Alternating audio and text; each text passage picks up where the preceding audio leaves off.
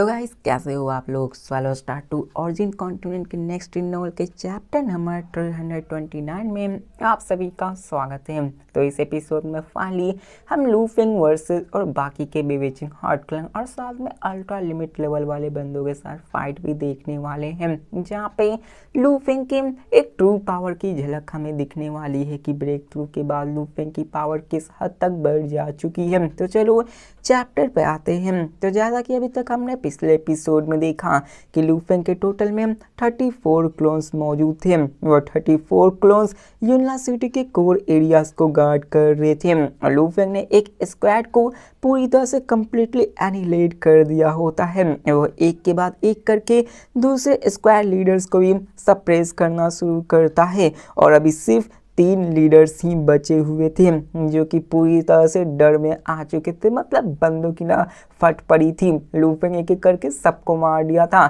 Total 18 थे जिनमें से 3 ही बचे हुए होते हैं। समझ सकते हो लूफिंग ने कितनी बड़ी तादाद में उन सबका खात्मा किया है। इसके साथ वहाँ जो 3 लीडर स्क्वाड्स थे ना, वो बिना किसी हेसिटेशंस के वहाँ पे अलग अलग जाके भागने लगते हैं ताकि वो सरवाइव कर सके और वो मन में यही सोचने लगते कि आखिरकार ये लूफिंग इतना स्ट्रॉन्ग कैसे हो सकता है। एक पूरी की पूरी स्क्वाड लीडर्स के इंटायर ग्रुप को भी ये फाइट बैक में हरा दिया। वो भी इनसे फाइट नहीं कर पाए। लीडर्स ये एक्सेप्ट तो नहीं करना चाहते थे, लेकिन ये फेट बहुत ज़्यादा क्रूअल था। उन्होंने ऑलरेडी सिटी को ब्रीच कर दिया था। वो अपने फूड को एंजॉय करने वाले थे, लेकिन सडनली उनके लिए ही कैटास्ट्रॉफ शामिल हो गया जो कि उनके लिए एक बहुत बड़ी प्रॉब्लम थी। मतलब लूफिंग सबको मार रहा था तो ये प्रॉब्लम से बढ़ के होती, जिसके साथ वो 3 लीडर्स भागते हुए कहते कि लीडर किंग हमें बचा लो। अब यहाँ पे लीडर्स वहाँ पे अपनी एंजाइटी को सप्रेस करके अपने किंग से मदद मांग रहे होते हैं, लेकिन एक एक करके वो अपने लूफिंग के हाथों मारे जा रहे होते हैं। जो भाग रहे होते हैं उनकी तो हालत ऐसे ही खराब हो रखी थी, जिसके साथ हमें बताया जाता है कि पूरे के पूरे 9 रिवर होली रेलम के अंदर एक हाफ हर्ट बीविचिंग वॉर्म क्लोन और सो डिवॉर्विंग सर्पेंट लीडर क्लैन के फोर्सेस जब यूनला सिटी में आए हुए थे तो उनकी ताकत ऑलरेडी काफ़ी ज़्यादा बढ़ चुकी थी। अब यहाँ पर वो आए थे ताकि वो सबको ख़त्म कर सके, लेकिन उन सब के आ जाने के बावजूद भी यहाँ पे उनका सफाया किया जा रहा होता है। लूफिंग अपने ब्लैक क्लोन्स को यूज़ करके अपने उसी रिफाइन फ्लाइंग टेक्निक को यूज़ करके उनके पास जाता है। इंस्टेंटली स्पेस को तोड़कर उनके पास आकर खड़ा हो जाता है और लूफिंग अपने हाथों को फिस्ट को बंद करके उनको पकड़ लेता है। लूफिंग अपने सी और ब्लड को रिलीज करता है और उन बचे हुए 3 लीडर स्क्वाड्स को कैप्चर करता है और उन्हें पता चल जाता है कि वो लोग भी मरने वाले हैं। इसे देखकर वो बंदे वहां से स्कैटर होकर भागने लगते हैं ताकि वहां पे छिप सके। इसके साथ अभी भी बताया जाता है कि देखो लूफिंग भले ही टेलीपोर्ट कर सके, लेकिन वो भागने लगी ना तो यार उसको पकड़ना उतना भी आसान नहीं होता है। शुरुआत में जब लूफिंग ने एक 6 वाले बंदे को मारा था तो उन सबको लूफिंग की असली पावर के बारे में पता नहीं था। वो खुद लूफिंग पर रस किए थे। अब इसकी वजह से वो लोग भागने लगते हैं ताकि वो प्रैक्टिशनर्स के बीच में छुप सके और लूफिंग नहीं मार पाए। इसके साथ वो एक एक करके वहां पे भागना शुरू करते हैं, जिसको देखकर लूफिंग अपने नमरस क्लोन्स को बनाना शुरू करता है, जिसके से उसकी जो एनर्जी रिजर्व्स थी वो भी काफ़ी ज़्यादा कम हो जाती। मतलब ऑलरेडी उसने 34 क्लोन्स को बना रखी थी, लेकिन और क्लोन्स को वो बना देता है, जिसकी वजह से उसकी जो एनर्जी रिजर्व थी जो कि 100 टाइम्स थी वो घटकर और कम हो जाती है। प्रीवियसली उसके 104 थे तो अभी 54 ही बचे थे, लेकिन इससे उसके क्लोन्स काफ़ी ज़्यादा बढ़ चुके होते हैं। आफ्टर ऑल एनिमी डिस्पर्स होकर अकेले भाग रहे थे तो लूफिंग को अपनी मेहनत भी कम लगानी पड़ती, इसलिए वो वहाँ पे अपने क्लोन्स को बना लिया होता है। इसके साथ लूफिंग अपने बानी का डिस्ट्रक्शंस का यूज़ करता है और हर एक स्क्वाड लीडर्स के ऊपर लॉक कर देता है कि बेटा भाग कर जाओगे कहाँ, मरना तो तुम्हें मेरे ही हाथों में है। जिसके साथ वहाँ पर लूफिंग अपनी पावर्स को यूज़ करके स्पेशल रिफ्ट को क्रिएट करके उन सबके पास जाता है और एक ही झटके में एनिमीज को हाथों में पकड़ लेता है। इसके साथ एक एक करके वो एक एक लोनली लीडर्स को मारना शुरू करता है। कोई भी लू फेंग के एक सिंगल मूव तक को विथस्टैंड नहीं कर पाता है।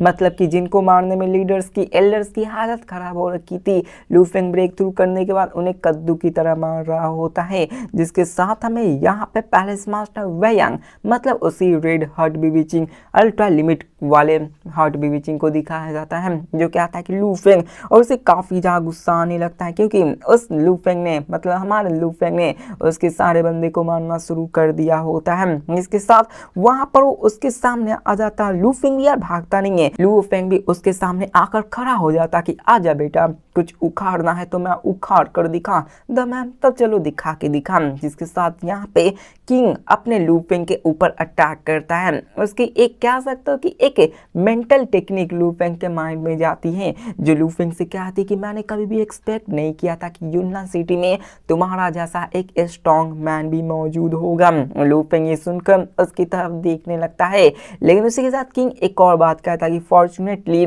यूजियन हॉल का जो लॉर्ड है उसने कभी भी तुम्हारा अच्छे से इस्तेमाल किया ही नहीं। अगर उसने किया होता तो यार हम लोग इस सिटी को तोड़कर अंदर आ ही नहीं पाते। और लू फेंग भी ये सुनकर उसकी तरफ देखने लगता है। यहाँ पर उससे क्या था कि क्या क्या तुम्हें सच में लगता है कि उसने मेरा पूरा इस्तेमाल नहीं किया? और यहाँ पे लू फेंग उससे कहता है कि मैं ऑलरेडी यूनान सिटी का सिटी लॉर्ड बन चुका हूँ और अभी तक ये ऑफिशियली अनाउंस किया ही नहीं गया है। मतलब लू फेंग उसे अपनी आइडेंटिटी बता देता है कि देखो मैं सिटी लॉर्ड बन चुका हूँ। और यही लू फेंग की सबसे बड़ी भूल होने वाली है।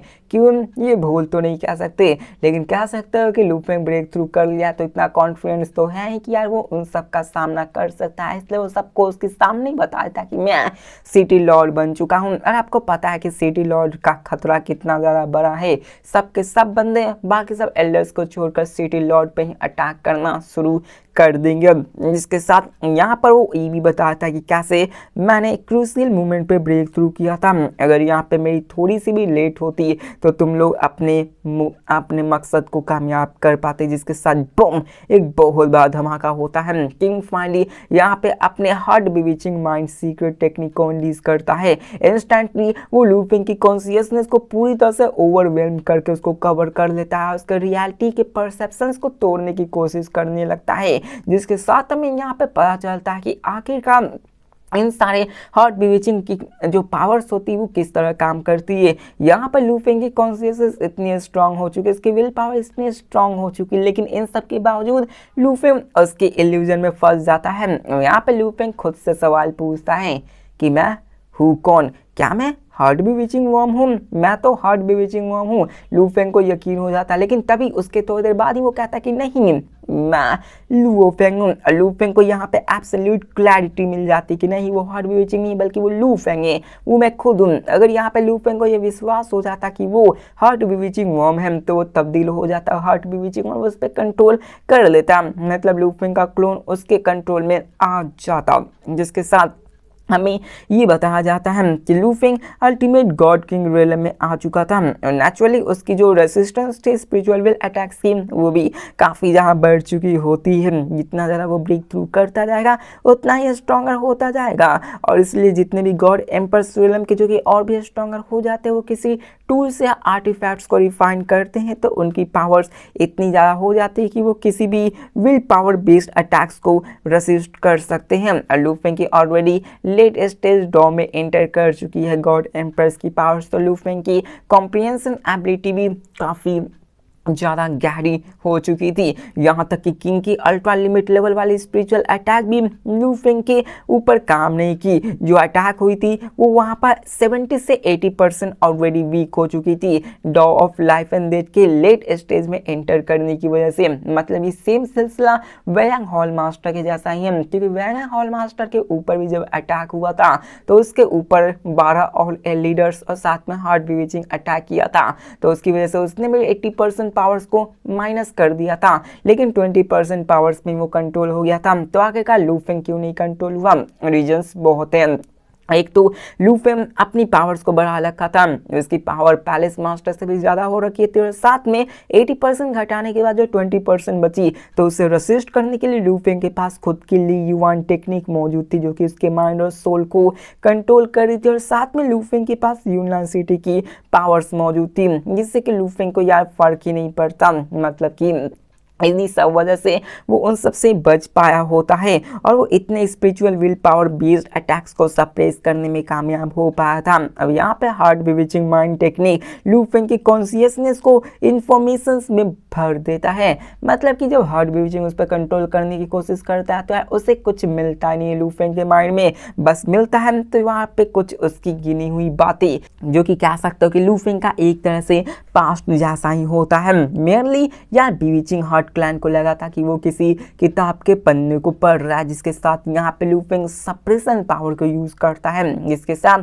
अपना लूफेंग अपने क्लोन को ट्रांसफॉर्म करके एक सी ऑफ ब्लड में बना देता है और वो अपने पावर्स को यूज करके किंग को इंट्रैप कर लेता है जो कि एक अल्ट्रा लिमिट हार्ट बिविचिंग वॉर्म होता है, मतलब कि लूफेंग अब इसको भी अपने चंगुल में फंसा कर मारने की कोशिश कर रहा होता है। अब इस चीज को देखकर जो किंग होता नहीं है पूरी तरह से सदमे में चला जाता है, बच्चा मतलब जो हल्के में ले रहा था ना उसकी फट गई थी कि आखिरकार मेरी स्पिरिचुअल विल पावर्स इसके खिलाफ यूजलेस कैसे हो सकती है, इसकी कॉम्प्रिहेंशन ऑफ डाउ तो मेरे ही लेवल की है। अब बताया जाता है कि देखो जितने भी perfect god emperor realm low level human life forms थे उन सबकी जो पावर्स होती विल पावर्स वो semi human Dao enlightenment practitioner जितनी होती है, मतलब कि एक मॉन्स्टर जिसकी परफेक्शन गॉड एम्पर वेलम में एंटर कर चुका है, एक इंसान जो कि उससे एक हायर वेलम मतलब कि सेम कह सकते हो सेमी ह्यूमन डाउ लाइट प्रैक्टिशनर उसके जितनी विल पावर्स होती है। वहीं पे बात करें तो उसकी फिजिकल रेसिलियंस की तो उसमें उसकी कम होती है, मेंटल में थोड़ी सी स्ट्रॉन्ग उन सबको मिल जाती है, वहाँ पर आर्टिफैक्ट्स वेपन्स को भी यूज कर लें तो फाइनली जाकर इक्वल मानी जाती है, मतलब बात बराबर हो जाती है। लेकिन अगर यहाँ पे ये सभी चीजें होती तो घंटा कुछ नहीं हो पाता, उन सारे मॉन्स्टर्स के पास एक बहुत बड़ा एडवांटेज हो जाता। एग्जाम्पल के रूप में ये देख लो कि पैलेस मास्टर वैयांग और पैलेस मास्टर गाइटो इन सब के पास जितनी पावर्स है ये स्ट्रॉन्ग मैन है वो सिंगल हैंडली एक perfection god emperor realm low level human beings को मार सकते हैं अकेले में, क्योंकि इनके पास ट्रेजर्स मौजूद हैं। अगर ट्रेजर्स मौजूद नहीं ना होते हैं तो ये कुछ नहीं कर पाते क्योंकि परफेक्शन और सेमी ह्यूमन लेवल्स उन सब की पावर सेम होती हैं। फिजिकल पावर्स में थोड़े कमजोर होते हैं लेकिन मेंटल पावर्स में वो और भी स्ट्रांग हो जाते हैं। लेकिन ये दोनों बंदे पैलेस मास्टर है इनके पास ट्रेजर्स थी तो ये परफेक्शन गॉड एम्प्रेस को 1v1 में हरा सकते थे। लेकिन जब एक ultra limit low level human life forms आ जाता है जो कि 2 सेमी ह्यूमन डाउस के खिलाफ आता है, मतलब कि आप समझ चुके ना कि यार ह्यूमन से भी ऊपर आता है 2 सेमी ह्यूमन, उसको ऊपर चला जाता है तो उसको कोई भी नहीं मार सकता है। यहाँ पे किंग इंस्टेंटली अपने जितने भी 4 ultra limit low level companions होते उनसे कह देता है कि ये लूफेम ये हमारे बराबर जितना है, इसने भी हमारे इतने ही कंप्रिहेंशंस को कर रखा है, इसने अपने 2 सेमी ह्यूमन लेवल डॉग को मास्टर कर रखा है, जिसको जानकर वो 4 अल्ट्रा लिमिट हार्ट बिविचिंग बंदे थे वो भी कंप्लीटली शॉक हो जाते कि ऐसा कैसे हो सकता है। जिसके साथ किंग उसको ये मैसेज करते हुए कि हम लोग 5 अल्ट्रा लिमिट लेवल एग्जिस्टेंस मौजूद हैं और हमारे पास 2000 परफेक्शंस गॉड एम्पर्स मौजूद हैं, अगर हम लोग उसे घेर लेंगे तो हम लोग उसको कंप्लीटली क्रॉस कर सकते हैं। एक अल्ट्रा लिमिट एग्जिस्टेंस 20 से 30 परफेक्शन गॉड एम्प्रेस के बराबर जितनी होती है, उनकी कंबाइंड फोर्स और साथ में 2000 परफेक्शन गॉड एम्प्रेस को मिला दिया जाए तो सच में ये बहुत बड़ी आर्मी आ जाती है। जिसके साथ किंग ट्रांसमिट करते हुए कहता है कि अच्छी बात तो ये है कि हमने ऑलरेडी सिटी को ब्रीच कर रखा है, अगर हम लोग बाहर होते तो ये काफ़ी ज़्यादा ट्रबल सम करने वाला था। इसके साथ यहाँ पे वो कहता है कि किंग चलो हमें एक साथ मिलके उस पर अटैक करना चाहिए और एक ब्लू वाइट फिगर जो कि उनमें एक 4 अल्ट्रा लिमिट लेवल एग्जिस्टेंस में से सबसे फास्टेस्ट होता है वो ऑलरेडी लूफेंग के करीब आ चुका होता है। अब इस चीज़ को देख कर यार अपने किंग्स की भी यार थोड़ी सी हालत खराब थी कि यार ये मेरे अटैक से कैसे बच सकता है, उसे पता था कि मैं अकेले नहीं हरा पाऊंगा और अगर यहाँ पे फिजिकल पावर्स में ही तो लूफेंग उसका कचुम्बर बना देने वाला है, क्योंकि हमें पता है कि यार फिजिकल पावर्स में ये सारे कितने कमजोर होते हैं, माइंड पावर ही इसकी स्ट्रांग होती है, इसलिए वहाँ पर वो एक और क्लोन उसकी आ रही होती है। जिसके साथ लूफेंग यहाँ पे पे नोट करते हुए क्या था कि अभी के फिलहाल मेरे पास कोई भी आर्टिफैक्ट नहीं है, लेकिन मेरी एक सिंगल ऑर्डिनरी क्लोन जो कि मेरे अल्ट्रा लिमिट लेवल एग्जिस्टेंस से भी थोड़ी सी वीकर है। मतलब कि अभी के फिलहाल देखो लू फेंग जिस क्लोन को यूज कर रहा है ना, वो बहुत ही मतलब सबसे वीकेस्ट क्लोन को यूज कर रहा है, लेकिन सबसे वीकेस्ट क्लोन भी लू फेंग का अल्ट्रा हार्ट बीविचिंग वर्म क्लेंस को टक्कर देने की पावर्स रख रहा है। मतलब कि वो सबसे स्ट्रॉन्ग जो कि 500 पावर्स को पोजेस करता है, पावर इमॉर्टल हार्ट को पोजेस करता है, तो उसकी पावर्स को सोचो कि वो कितना ज्यादा होगा। मान लो कि यहाँ पे उसके लू फेंग उससे फाइट करता है, ये 50 वाले से फाइट कर रहा है, वो 10 गुना स्ट्रॉन्ग है, तो लू फेंग अगर अपने रियल पावर से यूज करेगा तो ये 10 गुना अपने हार्ट बीविचिंग मतलब एक साथ 10 हार्ट बीविचिंग वर्म क्लेन को फिजिकली संभाल सकता है। और बात करें परफेक्शन गॉड के 2000 आते हैं तो 10 × 40 कर दो, मतलब यहाँ पे लू फेंग 4000 परफेक्शन गॉड एम्प्रेस को आराम से हरा सकता है। मतलब कि यहाँ पे मैंने कैलकुलेशंस करके ये बता दिया कि लू फेंग की एक सिंपलर क्लोन ही इतना तबाही मचा रही है, तो लू फेंग के बाकी सारे क्लोन्स और इसके सबसे स्ट्रॉन्गेस्ट क्लोन्स यहाँ पे आ जाए तो लू फेंग क्या ही तबाही मचाएगा। लू फेंग आराम से उन 2000 और प्लस में 5 अल्ट्रा लिमिट हॉट बीविचिंग क्लैंस को हराने में काबिल हो जाएगा। और साथ में बचे वो मिड और लो लेवल अर्ली स्टेज के तरह लू फेंग उन सबको चींटी की तरह मसल डालेगा, उन सबको अपने फॉर्मेशन से ऐसे बिछाएगा कि उन सारे 10,000 अर्ली स्टेज मिड स्टेज के कचुम्बर बन के उन सबकी राखें भी नहीं बचेंगी। मतलब समझ रहे हो ना, लू फेंग अभी फॉर्मेशन की पावर को यूज नहीं किया था। अभी फिलहाल में उतना फाइटें नहीं होती, लेकिन देखो कितनी ही मजेदार आती है, जिसके साथ यहाँ पे लू फेंग इन सब को नोटेट करने लगता है। अब यहाँ पे लू फेंग अपनी बॉडी का रिस्ट्रक्शंस और ब्लड सी बॉडीज को भी यूज करता है, उसे पता था कि ये भी काम आने वाली है, और वहाँ पर वो अभी इसी सब के बारे में सोचने लगता है। बकवास लिखी है तो इसको स्किप करते हैं, ऑलरेडी आपको अभी बता रखा हूँ। जिसके साथ यहाँ पे लू फेंग खड़ा होता है और उस किंग के साथ फाइट कर रहा होता है, लेकिन जो लू फेंग के दूसरे बाकी के क्लोन्स थे वो बाकी के रिमेनिंग लीडर्स को एक्सटर्मिनेट कर रहे थे। वहां पर वो अपने टास्क को कंप्लीट करने के बाद मतलब बाकी सारे लीडर्स को डिस्ट्रॉय करने के बाद अपने क्लोन्स को फिर से 34 की संख्याओं में कर लेता है और वो कोर एरियाज में फिर से जाने लगता है। जिसके साथ हमें एल्डर्स को दिखाया जाता है जिन्हें लगा था कि अब तो हमारी मौत आने वाली है। वो भी इस चीज को देखकर हैरान हो जाते कि आखिरकार ये पॉसिबल कैसे है। वो भी पूरी सिटी में नजर बनाए हुए थे और उन्होंने उस कोर एरियाज के एब्सोल्यूट क्लैरिटी को भी विटनेस किया होता है, जहाँ पे वो कहता है कि लू फेंग वो अकेला था, उसने अपने क्लोन को उसने अपनी बॉडी को 34 क्लोन्स में तब्दील कर रखा था, लेकिन अपने एक क्लोन से ही उसने हर एक सिंगल लीडर इन्फिल्ट्रेटर को स्क्वाड को खत्म कर दिया है। यहाँ तक कि उसने अपने क्लोन से किंग से भी लड़ाई की, लेकिन किंग को भी पीछे हटना पड़ा। इसके साथ वो कहा था कि एक इंसान जिसने कि 30 perfection god emperor low level human life forms को मार डाला, एक इंसान जिसने ultra limit low level heart bitching worms को अपने खिलाफ पावरलेस करने में फील करा दिया, यही तो है गॉड एम्पर लू फेंग। और यहाँ पे जितने भी एल्डर्स थे उन सबकी आंखों में एक अलग सी रोशनी आ चुकी थी, जहाँ पे हमें यह भी बताया जाता कि लू फेंग की स्ट्रेंथ ऑलरेडी पैलेस मास्टर युंगयांस को सरपास कर चुकी थी, वो अपने अलग ही ट्रांसेंडेंट लेवल पे जा चुकी थी। जिसके साथ एल्डर्स भी कहना शुरू करते कि क्या लू फेंग उसने 2 सेमी ह्यूमन लेवल डॉग्स को मास्टर कर रखा है या फिर नहीं, और एल्डर्स को भी सेम कंक्लूजन बना रहे थे। लेकिन यार मैं ये कहना चाहता हूँ कि इन सबको जो झटका लगेगा ना इस सब फाइट के बाद कि लू फेंग अभी तक लेट स्टेज में है, तो मैं क्या ही बताऊं, मतलब कि इन सबको बहुत बहुत बड़ा झटका लगने वाला है। अर्ली स्टेज वाले तो क्या पता उनको हार्ट अटैक आ जाए, मर जाए, पता नहीं क्या होगा।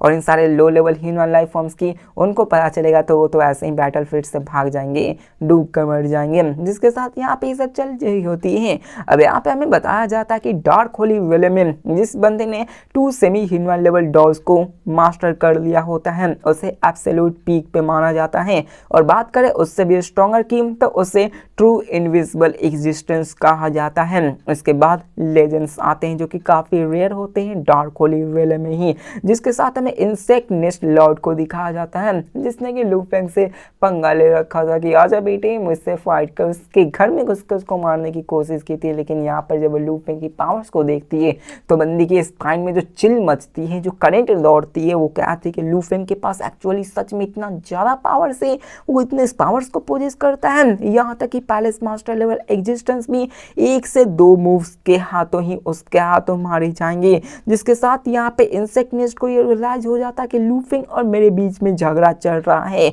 अगर यहाँ पर मैंने यूनान सिटी को डिफेंड भी किया तो मेरे पास कोई भी रास्ता नहीं कि मैं फ्यूचर में यूनान सिटी में भी रह सकती हूँ, क्योंकि कल्टीवेशन वर्ल्ड में स्ट्रेंथ ही सबसे ज़्यादा मैटर करती है। हम लोग लूफिंग के बारे में अच्छे से जानते हैं। ये बंदी चाहे कितनी भी इस सिटी को बचाने में कंट्रीब्यूशंस कर दे, लूफिंग इसको कतई नहीं छोड़ने वाला है, क्योंकि यार इसने तो एक बार लूफिंग को ऑफेंड कर रखा है, उससे कुछ नहीं, ऑफेंड किया है तो जान से मार डालेगा, सच में मार डालेगा भाई। जिसके साथ उसने इतने सारे प्रैक्टिशनर्स को भी तो जान से मारा है, तो सच में जान से मार डालेगा। भगा भगा के मारेगा या फिर नहीं, ये तो हम लोग देखने वाले हैं। आप लोगों के मन में भी दया आता है कि यार क्यों ही मारना, लेकिन मारना चाहिए, भगा भगा के मारना चाहिए। दूसरे सिटी में जाए वहाँ भी घुस के मारना चाहिए। जिसके साथ यहाँ पे चलने लगता है और यही बताया जाता है कि कैसे कल्टीवेशन वर्ल्ड में स्टूडेंट सब चीज़ें होती हैं। लूफिंग को या ऑफिशियल सिटी लॉर्ड बनने की कोई ज़रूरत नहीं थी। यहाँ पे वो ना भी बनता तो बड़ी आराम से इनसाइड पैलेस मास्टर्स को हरा सकता था, सिटी का रॉड बन सकता था। अगर यहाँ पे इंसेक्ट नेस्ट को हटाने की बारी है तो उसे कुत्ती के तरह मार के भगाता, कोई कुछ नहीं कर पाता। यूनान सिटी में इसका कोई भी रास्ता नहीं था। जिसके साथ इंसेक्ट लॉर्ड अपने माइंड को बनाते हुए कहते हैं कि खैर अभी जाने दो, अभी के फिलहाल मैं सिटी को डिफेंड करने में मदद करूंगी और जब बैटल खत्म होगा तो मैं यहाँ पे से निकल जाऊंगी। मैं भले ही उसके खिलाफ हॉस्टाइलिटी दिखाती हूँ, लेकिन इस वजह से वो मुझ पर थोड़ा सा तरस तो खाए गए हैं। इसके साथ हमें दूसरे पावर हाउसेज, मास्टर ऑफ वैनिंग पवेलियन, मास्टर ऑफ गिवफेंग, एल्डर टिहाने, चैंकिंग टावर मास्टर, एल्डर जिंग और कई सारे बंदे, वो सभी लूफिंग के इस तरह के पावर्स को देखकर हिल चुके थे। वो बोला ना, हिला डाला ना, वो सारी चीजें यहाँ पे चलने लगी तो सब लोग अपने अलग ही ख्यालों में थे। मतलब कि एल्डर टिहाने की तो अपनी अलग ही फटी थी, उसने ऑलरेडी लूफिंग को सबक सिखाने की कोशिश की थी, लेकिन कह सकते हैं कि यार अभी लूफिंग उससे अपनी ग्रीस को भूल गया होगा, लेकिन भूला नहीं होगा। मुझे लगता है कि इस बंदे को भी वो मार के ही रहेगा, क्योंकि तुम उंगली करने की कैसे कोशिश की जब मैं वीक था, स्ट्रांग हो गया हो तो तुम्हारी उंगली करूंगा, तुम्हारी मतलब समझते क्या कर देगा। जिसके साथ यहाँ पे ये सब चलने लगती है, हम सब इस बारे में सोचने लगते हैं कि यार लूफिंग की पावर्स कैसे हो गई, कैसे बढ़ने लग गई। जिसके साथ यहाँ पे उन सारे एल्डर्स के बीच में खुशी की लहर छा जाती है, खेतों में हरियाली बहने लगती है और यहाँ पर एल्डर्स की खुशी मुस्कान, चेहरे पे मुस्कान आ जाती है। जहाँ पे वो कहती है यूनान सिटी बच चुका है, यहाँ पे वो काफ़ी ज़्यादा स्टार्ट हो जाता है और यहाँ पे वो कहता है कि एट लास्ट हमें होप दिख चुकी है। और वहाँ पे सब लोग रोने लगते हैं कि पैलेस मास्टर। वो नॉर्मल बंदे थे, एल्डर्स नहीं थे, वो सारे millions of billions of practitioners रोने लगते हैं कि पैलेस मास्टर मुझे ही बचा लो। जिसके साथ यहाँ पे ऐसे ही चलने लगती है और सब लोग लूफिंग से कहते लगते हैं कि आप प्लीज गॉड एम्पर लूफिंग, आप अपने फॉर्मेशंस को हमारी यूनान सिटी के ऊपर मार करो। आपकी जो स्ट्रेंथ है ना, तो आप अपने सिटी फॉर्मेशंस को यूज करके इन सारे लो लेवल ह्यूमन लाइफ फॉर्म्स को ऐसे ही रोक दोगे। प्लीज आप अपने इस सिटी के ऊपर अपने फॉर्मेशंस को बना डालो। मतलब कि वो चाहते थे कि यूफेंग अपनी सिटी के ऊपर उस फॉर्मेशंस का क्रिएट करे ताकि उन फॉर्मेशंस का यूज करके वो सबको मारना शुरू कर दे। जिसके साथ यहाँ पर जितने भी बंदे थे वो पैलेस मास्टर यूंग यांग से कहने लगते हैं कि प्लीज लूफिंग को बोलो वहां पे सब करने की। मास्टर ऑफ वैयांग पवेलियन भी यही बोलते हैं। जिसके साथ यहाँ पर सब लोग कहने लगते हैं, insect nest lord palace master Yung Yang को बोलने लगते हैं कि ऐसे ही करने को। जिसको सुनकर पैलेस मास्टर यूंग यांग कहता है कि सब लोग शांत हो जाओ, सब लोग, मैंने ऑलरेडी लूफेंग को सिटी बिल्डर सील दे दी है और वो ऑलरेडी यहाँ यूनान सिटी का लॉर्ड बन चुका है। और लूफेंग यहाँ पे वो कहता है कि लूफेंग तुम खुद को एड्रेस करो। जिसके साथ लूफेंग की माइंड की पावर सबके माइंड में जाती है और बोलता है कि सब कोई, मैं ऑलरेडी सिटी बिल्डर सील को रिफाइन कर चुका हूँ और मैं अपने फॉर्मेशंस को, मतलब मैं अपने मूवमेंट को फॉरवर्ड करने वाला हूँ ताकि मैं सिटी को बचा सकूं। जिसके सुनकर जितने भी बंदे थे सिटी लॉर्ड का नारा लगाने लगने शुरू करते हैं और कहने लगते हैं कि हम लोग बच चुके हैं। बिलियंस ऑफ प्रैक्टिशनर्स काफी ज्यादा खुश हो जाते हैं और एल्डर्स जो कि टूट चुके थे उनके अंदर फिर से हौसला आता है। जिसके साथ लूफिंग फिर से कमांड करते हुए क्या था कि देखो बच्चे लोग, ज़्यादा एक्साइटेड मत हो, अभी तो शुरुआत है, पिक्चर अभी बाकी है। जिसके साथ वो कहता कि हर कोई, जितने भी बंदे हो, बैठे मत रहो, अपना हर एक जोर लगा दो। इसलिए मैं तुम सबसे कह रहा हूँ कि आप लोग अपने फॉर्मेशंस की पावर्स को यूज कर फुल पावर्स में उन सबको रिपेल करने की कोशिश करो। जिसको सुनकर सब कहते कि जैसे कहो मेरे आका। जिसके साथ वहाँ पे एल्डर्स कहता है कि सिटी लॉर्ड, आप आराम से रहिए, हम लोग अपनी पूरी कोशिश करेंगे। जिसके साथ हमें दिखाया जाता है कि एक मैसिव लो लेवल ह्यूमन लाइफ फॉर्म्स की आर्मी सभी डायरेक्शन से सिटी के कोर एरियाज के अंदर जाने लगती है। लू फेंग अपने बायोनिक ऑफ डिस्ट्रक्शंस को उन सब की तरफ एनालाइज करने लगता है और देखता है कि कैसे वहां पे हॉडी के अंदर 5 अल्ट्रा लिमिट एग्जिस्टेंस मौजूद थी। ऊपर से 2600 perfections god emperor low level human life forms ही आ रहे होते हैं और सभी लू फेंग को मारने के लिए आ रहे होते हैं। सब लोग आते हुए कहते हैं कि मारो, लू फेंग को मारो, उसके हर एक क्लोन्स को डिस्ट्रॉय कर दो, उसकी एनर्जी खत्म करो। एक बार हम लू फेंग को मार दिए, यूनियन सिटी खत्म हो जाएगा और इस वक्त तक उतने भी बंदे मिलकर लू फेंग पे ऊपर कंप्लीटली ढाबा बोल देते हैं। मतलब कि आपने पहले ही देखा है कि कैसे यूनियन उससे छुपाते हैं कि तुम्हें अपने आइडेंटिटी को नहीं रिवील करना, वरना वो सब कुत्ते कौवे की तरह तुम्हें नोचने को दौड़ेंगे। और यहाँ पे ऐसा ही चल रहा था, वो जो कुत्ते कौवे की तरह दौड़ते हुए लू फेंग को नोचने के लिए आ रहे होते हैं। अब यहाँ पे ऐसा इसलिए था क्योंकि किसी सिटी पर अटैक करना उनके लिए लाइफ टाइम में एक अपॉर्चुनिटी होता है। अगर वो इसमें कामयाब हो गए तो उन्हें आज़ादी मिलेगी, वो अपने आप को आज़ाद कर पाएंगे इस 9 रिवर होली रियलम से। मतलब कि ये सारे क्रिएचर 9 रिवर होली रियलम के अंदर आते हैं। जब तक वो अपने आप को पावरफुल नहीं बनाते तब तक वो इस जगह से निकल कर जा ही नहीं सकते, वो केजुअल से ट्रांसेंड नहीं कर सकते। लेकिन वो यहाँ के 9 रिवर होली रियलम से आज़ाद होकर दूसरे और रियलम में जा सकते। इतनी बड़ी ये वर्ल्ड है तो ऐसे और भी रियलम मौजूद होनी चाहिए। हो सकता है कि आगे चल के हमें दिखाया भी जाएगा। जिसके साथ वहां पर वो लू फेंग पे मारना शुरू करते हैं, अटैक करने के लिए आगे बढ़ते हैं। अब यहाँ पे उन सारे मॉन्स्टर्स के लिए लू फेंग को मारना जरूरी है और यहाँ पर इन सारे बिलियंस ऑफ प्रैक्टिशनर्स को बचाने के लिए लू फेंग को उन सबको मारना जरूरी है। तो नेक्स्ट बैटल सच में काफी खतरनाक होने वाली है। लू फेंग कैसे वाइप आउट करता है ये तो हम लोग नेक्स्ट एपिसोड में ही जानेंगे। तब तक के लिए बाय, इंतजार करना, आ जाएगी। तो मिलते हैं नेक्स्ट वीडियो में।